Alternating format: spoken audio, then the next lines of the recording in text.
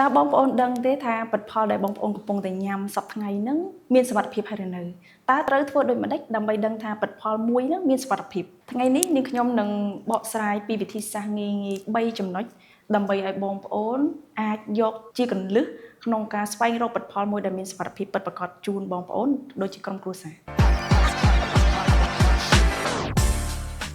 ជំរាបសួរនាងខ្ញុំឈ្មោះ DC Nara ជាប្រធានផ្នែកធានាគុណភាព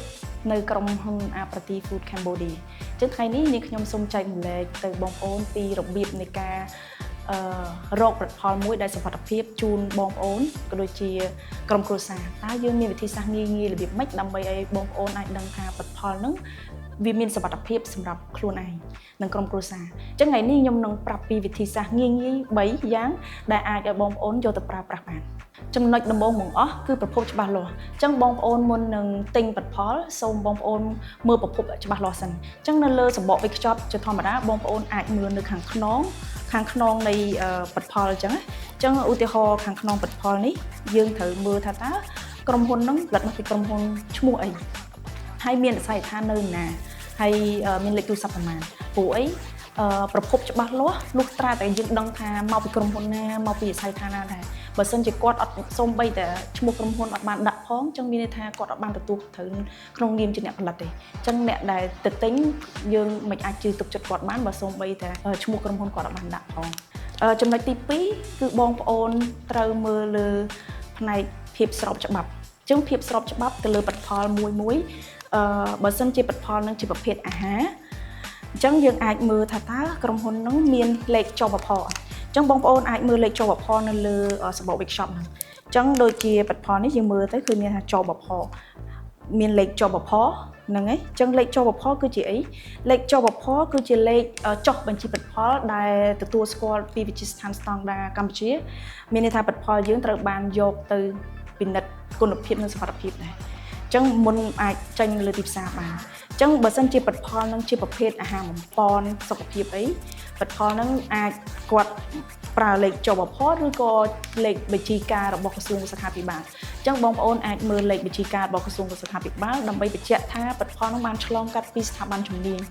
មានន័យថាគាត់បានត្រួតពិនិត្យគុណភាពឬសុវត្ថិភាពមុននឹងផលិតផលនឹងចរាចរលើទីផ្សារចំណុចទី3គឺជាខែលការពារ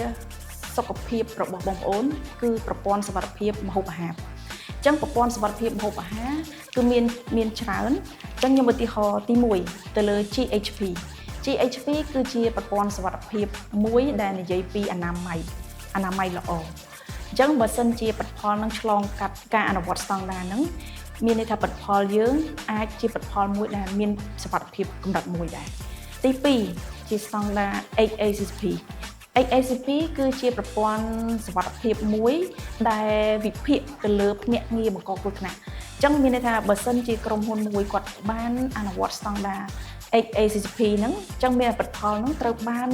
ខាងក្រុមការងារផ្នែកសុវត្ថិភាពហ្នឹងគេវិភាគថាតើត្រូវធ្វើម៉េចដើម្បីផលិតផលមួយហ្នឹងកុំឲ្យមានហានិភ័យទៅលើភ្នាក់ងារបង្កគ្រោះថ្នាក់ទាំងអស់ហ្នឹងអញ្ចឹងស្តង់ដារមានស្តង់ដារផ្សេងទៀតដូចជាស្តង់ដារ BOCGS ដែលជាស្តង់ដារលំដាប់ពិភពលោកមួយដែលការពារ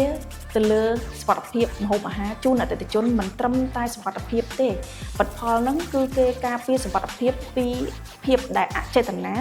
ហើយនិងចេតនាទៀតហើយមួយទៀតតកតង raw material ក៏ដូចជា finished product ដែលផលិតផលសម្រេចដែលលក់លើទីផ្សារក៏ដូចជាផលិតផលដែលពួកគាត់ទិញ raw material ដើម្បីមកផលិតហ្នឹងគឺត្រូវតែ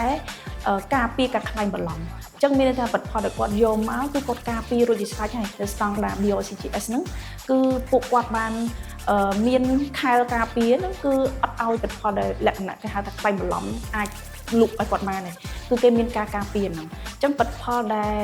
មានស្តង់ដារ BOCGS មានន័យថាផលិតផលដែលគាត់អះអាងនៅលើសម្បកវេចខ្ចប់របស់គាត់សិតតែជាការពិត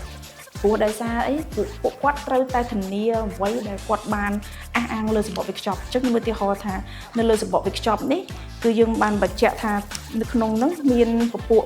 ប៉ូតាស្យូមមានប្រមាណមីលីក្រាម 6.51 មីលីក្រាមអញ្ចឹងនៅពេលដែលក្រុមហ៊ុនមួយដែលគាត់អនុវត្តស្តង់ដារពិភពលោកហ្នឹងគឺគាត់ត្រូវតែធានាថាអ្វីដែលគាត់ claim នៅលើ packaging ពិតជាការពិត ចឹងខ្ញុំមើលទៅថាផលិតផលខ្លះដូចជាផលិតផលរបស់ខាងក្រុមហ៊ុនអញ្ចឹងពេលដែលគាត់អនុវត្តក្រុមហ៊ុនយើងបានអនុវត្តស្តង់ដារ OCGS ផលិតផលយើង claim ថាផលិតផលនោះយកមកពី New Zealand raw material នឹងយកពី New Zealand អញ្ចឹងយើងរក្សានៅអ្វីដែលយើងបាន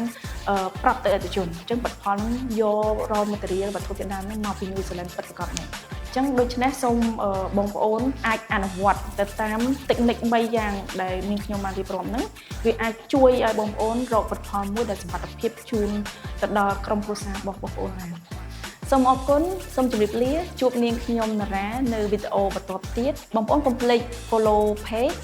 ដើម្បីទទួលបានចំណេះដឹងពីសុវត្ថិភាពម្ហូបអាហារសូមអរគុណ